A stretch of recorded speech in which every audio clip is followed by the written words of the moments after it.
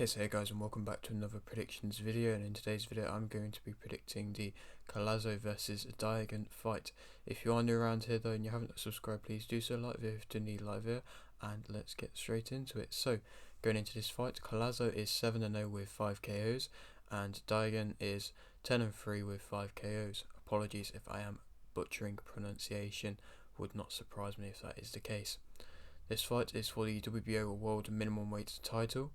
Collazo's last fight was a win via stoppage in round 7 versus Jerusalem, and Diagan's last fight was a win via split decision versus Tawan Ali. This is Collazo's first defense of his world title. Diagan's losses have come against Nagyab Fukihao. I've 100% butchered that, I do apologise, in 2022, Abney in 2022, and Rimen Tizo in 2017. So just to speak about what I've just said, of course this is for a big world title. It's of course, like I mentioned, Collazo's first defense. He's moving incredibly quickly but showing his dominance and his ability throughout, and coming off a very good performance versus Jerusalem. Diagan's last fight wasn't really overly impressive of a performance, but still going to be a tough test here for Collazo. It's someone which you definitely can't be overlooking. You can't really overlook anybody really at this point in his career. Now he is fighting for world titles, and I feel like fights like this are key for the development of him, because of course he's moving quickly and of course he's got his world title, but they're still necessary fights to see his development and see, not just put him in against the best straight away. It's nice to see that he's defending his belt, and there is no real rush for him at the moment, and so it's necessary to see the development, and so far he's been developing very well with every fight, and so it's good to see. I feel like it's refreshing to see, especially in the minimum weight division where there's not really too much young prospects coming up that are really looking properly impressive. I mean, the Shigeoka brothers and Collazo are like the main ones leading the way at the moment in the way of the minimum weight division currently. I mean, there's been people and been fighters that are still fighting now. They're just a little bit on the older side, like Pradabsri and Neomtrong, and they're a little bit more past it, and it's nice to see that we do have this young bunch coming through as well. Collazo as a fighter, of course, he's on a very big momentum train, hype train type thing. He's improving with every fight, like I mentioned. He's becoming more patient with his style, which is very nice to see. He controls the tempo better now. He's changing levels very well, attacks the body very well. He'll slow you down. He's confident, he's quick, he's a come forward type fighter, pressure type fighter, and he's got a defense which is improving with every fight. Like I said before, the Jerusalem fight was a great fight for him, and it really showed some great assets of what maybe he hasn't shown quite as much before.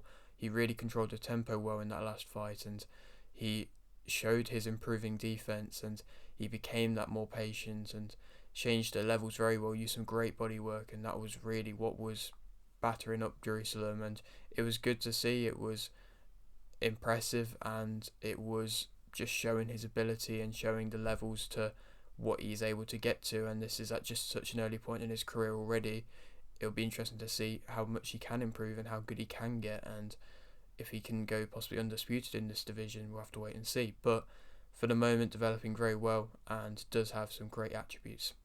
The negatives, I suppose, he may be a little bit less motivated for this fight because it is a bit of a step down, and he's not really too used to having step downs in opponents as of yet, and maybe that might play a factor, I don't know. Of course, he is less experienced and he can get caught at times. I mean, like I said, the defense was and is improving, but it has shown possible little bits of weaknesses in fights prior to his last fight, and so there's possible weaknesses there. He's not amazing, and he hasn't really been put under too much pressure in his own right, and so that's something which, if he can get put under pressure, then maybe it could show something different. But it's not exactly like he could struggle on the back foot. I feel like he's still capable on the back foot as well.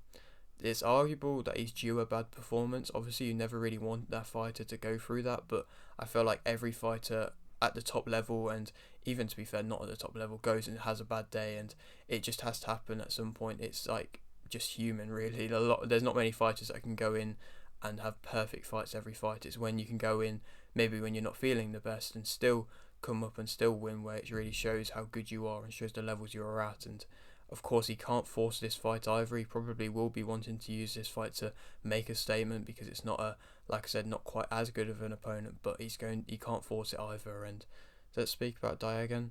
He's got a good chop in left hook. He's accurate. He's efficient. He's a mid-range type fighter who likes to set up his shots. He sets them up quite well off the jab. He's got a good jab, a good composed style as well, and so he's going to be a difficult test for for Collazo. And it's just if he's going to get them opportunities to be able to get mid-range. If he can keep Collazo at mid-range, then it could be something a bit different to what he's used to, but Collazo is probably going to put him under pressure from the get-go. And it's if Diagan, he could possibly catch him with a left hook. I don't think he's overly powerful, Diagan, but he could possibly catch him with something.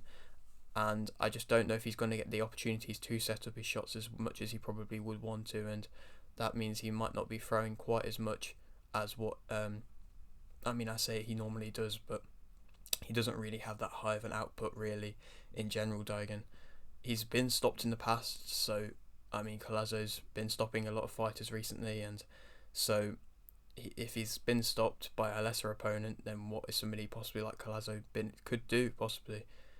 He has given too much respect to his opponents in the past and just let them come on to him, because he's just, like I said, given too much respect and given too much time, and that's something that you definitely don't want to do.